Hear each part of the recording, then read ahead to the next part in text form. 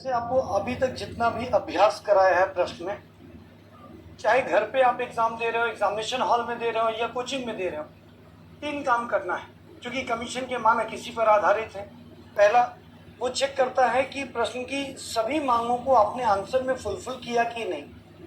इसलिए आवश्यक होगा ये जानना कि कमीशन ने इस प्रश्न में कौन सा विषय पूछा, यानी मूल विषय क्या है, उससे संबंधित विषय क्या क्या पूछा गया है, वो निकालें। इसे हम लोग बोलते हैं डिमांड। डिमांड में एक आपको मूल मांग निकालनी होती है और दूसरी निकालनी होती है उपमांग। जल्दी से इन दोनों मांगों को देखेंगे। वैदिक संस्कृति के विभिन्न आयामों पर प्रकाश डालें। क्या यह आज भी भारतीय संस्कृति में विरासती निरंतरता को विद्यमान है? तो मूल रूप से ये किस विषय पर पूछा गया है? तो मूल मांग हो गया वैदिक संस्कृति। अब वैदिक संस्कृति के 4 आयाम, सामाजिक जीवन, आर्थिक जीवन, राजनीतिक जीवन और धार्मिक जीवन। तो हमें इन चारों विषयों पर लिखना है। ये प्रश्न की मूल मांग है कि वैदिक संस्कृति के विभिन्न आयामों पर प्रकाश डालें। तो मूल मांग वैदिक संस्कृति है। और अगर हम उपमांग की बात करें तो वैदिक कालीन सामाजिक जीवन, वैदिक कालीन आर्थिक जीवन, वैदिक कालीन राजनीतिक जीवन और वैदिक कालीन धार्मिक जीवन। यानी जो बातें यहाँ मैंने आपको बताई वही इसकी उपमांग हो गई। तो वैदिक संस्कृति में हमने वैदिक साहित्य भी पढ़ा था, वैदिक सभ्यता का उद्भव कैसे हुआ, विस्तार कैसे हुआ, ये सब पढ़ा था। वो सब नहीं लिखना है। तो इस प्रश्न की मूल मांग है वैदिक सभ्यता से संबंधित, मतलब वैदिक संस्कृति से संबंधित सभी आयाम लिखना था। और दूसरा है कि क्या यह आज भी भारतीय संस्कृति में विरासतीय निरंतरता को प्राप्त है? तो विरासती निरंतरता वो भी भारतीय संस्कृति में। तो एक अन्य उपमान क्या हो गया? भारतीय संस्कृति में विरासतीय निरंतरता। मतलब ये हुआ कि पहले आप वैदिक सभ्यता के सांस्कृतिक जीवन की चर्चा करिए और फिर बताइए कि वैदिक संस्कृति की कौन सी चीज आज की संस्कृति में भी देखने को मिलती है। ये प्रश्न था। अगर प्रश्न की मूल मांग उपमांग निकालना आ जाए तो प्रश्न आसान है, नहीं निकालना है तो कठिन है। तो सबसे पहले प्रश्न को निकालना सीखिए कि उसकी डिमांड क्या है। लिखने की प्रक्रिया बाद, जो लोग विषय तैयार नहीं कर पाए किसी वजह से, इंसिन पूरा खत्म हो गया, वो एटलीस्ट इतना काम कर लें कि प्रीवियस ईयर में पूछे गए क्वेश्चंस की मूल मांग और उपमांग निकालने कॉन्फिडेंस आएगा कि जितने तरह के सवाल कमीशन ने पूछे सबके हम मेन डिमांड और सब डिमांड निकाल लेते हैं। इसके बाद अगला विषय था कि हमें इसकी प्रेजेंटेशन स्टाइल, डिमांड जैसे ही क्लियर होता है हम प्रेजेंटेशन स्टाइल सीखते हैं कि लिखना कैसे है प्रश्न को। तो कह रहा है कि विभिन्न आयामों पर यहाँ लिखा है, देखिए प्रकाश डालें। प्रकाश कैसे डाला जाता है? जिस विषय पर सवाल पूछा गया हो उस विषय से संबंधित किसी प्रमाण को प्रस्तुत करते हुए अपनी बात को रखिए। वो कोई फैक्ट हो सकता है, कोई सिद्धांत हो सकता है, कोई व्यवहारिक बात हो सकती है। अपनी बात को रखने के लिए एविडेंस देना होता है।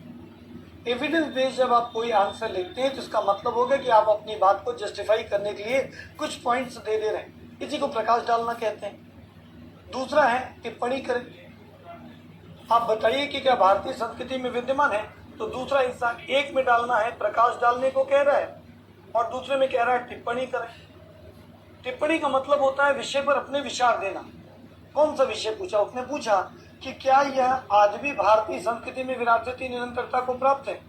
तो आज की भारतीय संस्कृति के सामाजिक, आर्थिक, राजनीतिक, धार्मिक पहलू के उन हिस्सों का ऊपर जिक्र कर दीजिए जो आज भी वैदिक सभ्यता जैसी हैं। और तब नीचे टिप्पणी में आप लिखेंगे कि इस प्रकार उपरोक्त प्रमाणों के आधार पर यह कहा जा सकता है कि वर्तमान भारतीय संस्कृति में वैदिक संस्कृति अपनी विरासती निरंतरता के रूप में विद्यमान है। ये केवल डिमांड हमने समझी, प्रेजेंटेशन स्टाइल समझा। अब हमें आंसर लिखना है तो हम इसके लिए एक फ्रेमिंग बनाते हैं। फ्रेमिंग मैंने बताया सिर्फ 3 पार्ट में आंसर पूरा हो जाएगा। 150 वर्ड्स का आंसर है। आपको पहले में केवल 20 से 30 शब्द में अपनी बात लिखनी है। कोई भूमिका नहीं बनानी है, सीधे प्रश्न के बैकग्राउंड से कवर करना है क्वेश्चन को। यहाँ 2 बातें प्रश्न में पूछी गई हैं, इन दोनों बातों का जिक्र यहाँ पर आना चाहिए। कैसे आएगा? आंसर ध्यान से सुनिए। आंसर लिखना आपको है। आप कहेंगे तो मैं इसका मॉडल आंसर बनवा के आपको दे दूंगा, लेकिन विश्वास करें आप बैसाखी पर चलना एक बार सीख लोगे तो प्रैक्टिस खुद से नहीं करो। हम सारे आंसर को वर्ड टू वर्ड क्लास में बोल रहे हैं। आप सुनो, समझो और घर जाके लिखने की कोशिश करो, जो लोग एग्जाम में नहीं लिख पाए। और अगर कहीं फंसो तो वीडियो आपके पास है, दोबारा ओपन करके पूरा डिटेल सुनो, फिर बंद कर दो, फिर खुद से लिखो। वीडियो देख देख करके अगर आप लिखते हो तो फिर तो कोई भी बच्चा भी कर सकता है। आप ऐसे बच्चे को जिसको हिंदी लिखना आ गया हो, उसको वीडियो दिखा दो, वो भी इस प्रश्न का उत्तर लिख लेगा। तो आप में उसमें अंतर होना चाहिए, है ना। मैं चाहता हूं कि आप अपनी क्रिएटिविटी से उसे लिखें, लिखने का तरीका सीख लें। ये लिखने का तरीका पहले ये होमवर्क करना होगा। इसके लिए अभी आप आधा एक घंटा ले लो, के लिए एग्जाम में कितना मिनट मिलता है? 1.5 से 2 मिनट। इस 2 मिनट के अंदर हमें प्रश्न की मूल मांग उपमांग निकालना है। और अभी तो ये हो गया, लिखने की जरूरत नहीं। अब आप एग्जामिनेशन हॉल में या बॉक्स कर लिया करो मूल मांग के लिए और अंडरलाइन कर लिया करो उपमांग के लिए। प्रश्न सामने रहेगा, देखकर हमेशा ध्यान रखें कॉपी में बॉक्सिंग नहीं करनी होती है जिसमें आप लिखते हैं। जो सेपरेट पेपर आपको मिलता है उसमें आप बॉक्स कर सकते हैं, ठीक है, कोई दिक्कत नहीं। लिखना शुरू किया। अब हमें क्या लिखना है? भारतीय संस्कृति। भारतीय संस्कृति में विद्यमान वैदिक सभ्यता कालीन सांस्कृतिक जीवन में हमें उस काल के सामाजिक वर्गीकरण, वेशभूषा, खान पान के साथ साथ रहन सहन और मनोरंजन के साधनों को का ज्ञान प्राप्त होता है। उनकी कृषि आधारित अर्थव्यवस्था तथा पशुपालन से संबंधित आर्थिक जीवन, निर्वाचित राजतंत्र और निरंकुश राजतंत्र के साथ साथ हमें कर्मकांडीय धार्मिक जीवन के प्रमाण भी प्राप्त होते हैं, जो आज भी किसी न किसी रूप में भारतीय संस्कृति में विरासती निरंतरता के रूप में विद्यमान है। ये पहले पैराग्राफ का अंश हो गया। 2-4 शब्द कम या ज्यादा से आप दोनों पहलू को क्लास में आंसर में कवर करें। अब आइए मुख्य खंड में। मुख्य खंड जब भी लिखे तो 80 से 100 शब्दों के आसपास लिखे। 2 मेजर पार्ट में क्वेश्चन पूछा गया है। एक में वैदिक संस्कृति के चारों आयाम के बारे में संक्षेप में आंसर लिखना है। पूरा सामाजिक जीवन हमने डिटेल पढ़ा है, सब नहीं लिखना है। अब जब गौर करो क्या क्या चीज पढ़ाई, हेडिंग बना के जब मैं आपको कीनोट बना के बोर्ड पे पढ़ाता हूँ तो यहाँ पर उसका फायदा है। हमने बताया था कि वैदिक सभ्यता में ऋग्वैदिक काल के दौरान चतुर्वर्ण व्यवस्था स्थापित हुई थी, जो कर्म आधारित सामाजिक वर्गीकरण को जन्म देती थी। उत्तर वैदिक काल में यही व्यवस्था जन्म आधारित जाति व्यवस्था में तब्दील हो गई। क्लियर? कैसे लिखोगे? पहली लाइन में लिखो, सामाजिक जीवन के बारे में बताते हुए। वैदिक समाज ऋग्वैदिक काल के दौरान कर्म प्रधान वर्ण व्यवस्था से युक्त सामाजिक वर्गीकरण को प्राप्त था। उत्तर वैदिक काल तक आते आते जन्म आधारित जाति व्यवस्था का जन्म हुआ, जिसने सामाजिक भेदभाव और शोषण को जन्म दिया। अब दूसरी चीज, स्त्री और पुरुष की स्थिति। तो ये समाज कैसा था? पुरुष प्रधान समाज था ऋग्वैदिक काल में भी और उत्तर वैदिक काल में भी। एक लाइन में लिखो कि वैदिक समाज मूलतः पुरुष प्रधान समाज था, किंतु ऋग्वैदिक काल में स्त्रियों की दशा अच्छी थी और उत्तर वैदिक काल में स्त्रियों की दशा ऋग्वैदिक काल की तुलना में पतनशीलता को प्राप्त हो गई। वेशभूषा में कमर के नीचे क्या पहनते थे? वास। कमर के ऊपर वासस। स्त्रियां क्या करती थी? नीवी जैसा ब्लाउज, दुपट्टे जैसी एक संरचना पुरुष स्त्री दोनों यूज किया करते थे। और स्त्रियां जो नाचती थी वो पैसा नाम का वस्त्र, जो शादी के दिन बहू या लड़की पहनती थी, वो वधुई कहलाता था। ठंडी में द्रौपदी जैसा चादर इस्तेमाल करते थे। और जो ऋषि मुनि थे वो मृग चर्म मरूद पहनते थे। यही तो है। आप कुछ मत करिए, आप लिखिए वैदिक समाज वास कौमा वासस कौमा निवि। वास अथवा वासस, तो वास वासस एक ही है, तो आप वास या वासस लिख दें, कौमा आदिवास, कौमा निवि, कौमा वधुई, कौमा मरूद, कौमा द्रौपदी, कौमा पैसा जैसे वस्त्रों का प्रयोग करते थे। शाकाहारी व मांसाहारी दोनों प्रकार के भोजन खाए जाते थे। मनोरंजन के लिए गीत, संगीत, नृत्य तथा शिकार का प्रयोग किया जाता था। सामाजिक जीवन कंप्लीट। आर्थिक जीवन को सिर्फ 2 पार्ट में। ऋग्वैदिक आर्य मूलतः पशु प्रधान पशुपालक कृषि व्यवस्था से युक्त था।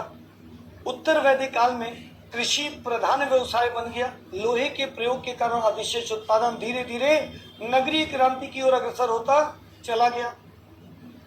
राजनीतिक जीवन, ऋग्वैदिक समाज निर्वाचित राजतंत्र से युक्त था, जबकि उत्तर वैदिक समाज निरंकुश ज्येष्ठ उत्तराधिकार आधारित आनुवांशिक राजतंत्र से युक्त हुआ, जिसकी असफलता या शोषण परक व्यवहार के प्रतिक्रिया स्वरूप उसे हटा करके कुछ स्थानों पर गणतंत्र की स्थापना भी हुई।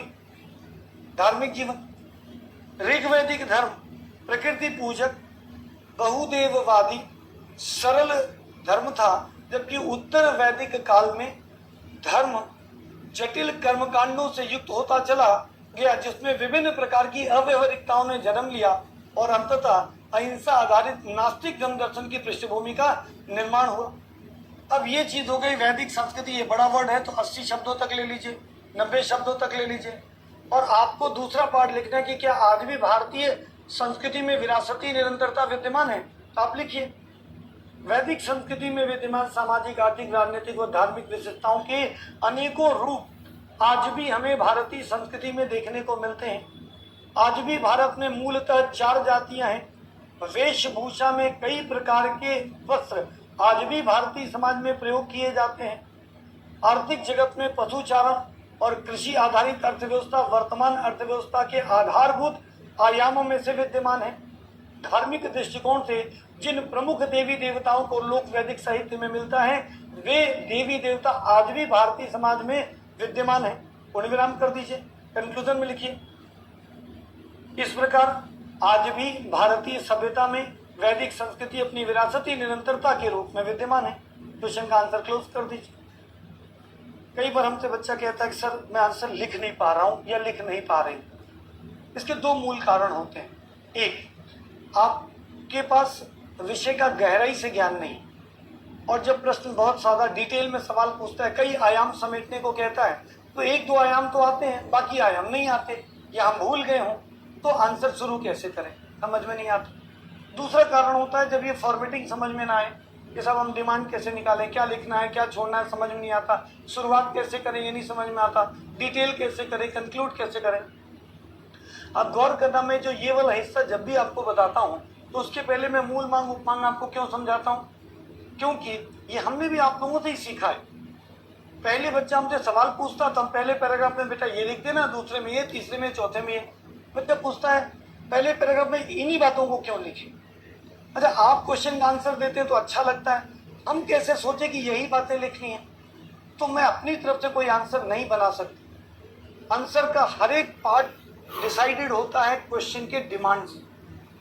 पार्ट को प्रेजेंट करने का तरीका डिसाइड होता है उनके प्रेजेंटेशन स्टाइल से। आप अपनी तरफ से कुछ नहीं करते हैं। अगर आप प्रश्न की मांग के अनुरूप लिख पा रहे हो, प्रेजेंटेशन स्टाइल के अनुरूप लिख पा रहे हो, अपने आप नंबर बढ़ने शुरू हो जाएंगे। यहाँ की टेस्ट सीरीज में भी, एग्जाम में लिखोगे तो भी, ये ओवरनाइट जर्नी नहीं, थोड़ा प्रैक्टिस करोगे चीज़ें आसान होती चली जाएंगी। क्लास में जैसे ही टीचर कंसर्न आपको कोई सब्जेक्ट मेंस का पढ़ाएगा और कोई भी मेंस के प्रीवियस में पूछा गया हो या मॉक टेस्ट में किसी कोचिंग द्वारा दिया गया हो, पढ़ते ही आपको आसान लगने लगे, अरे इसमें मेन डिमांड तो ये है, इसमें सब डिमांड तो ये है, और मेन और सब डिमांड के साथ साथ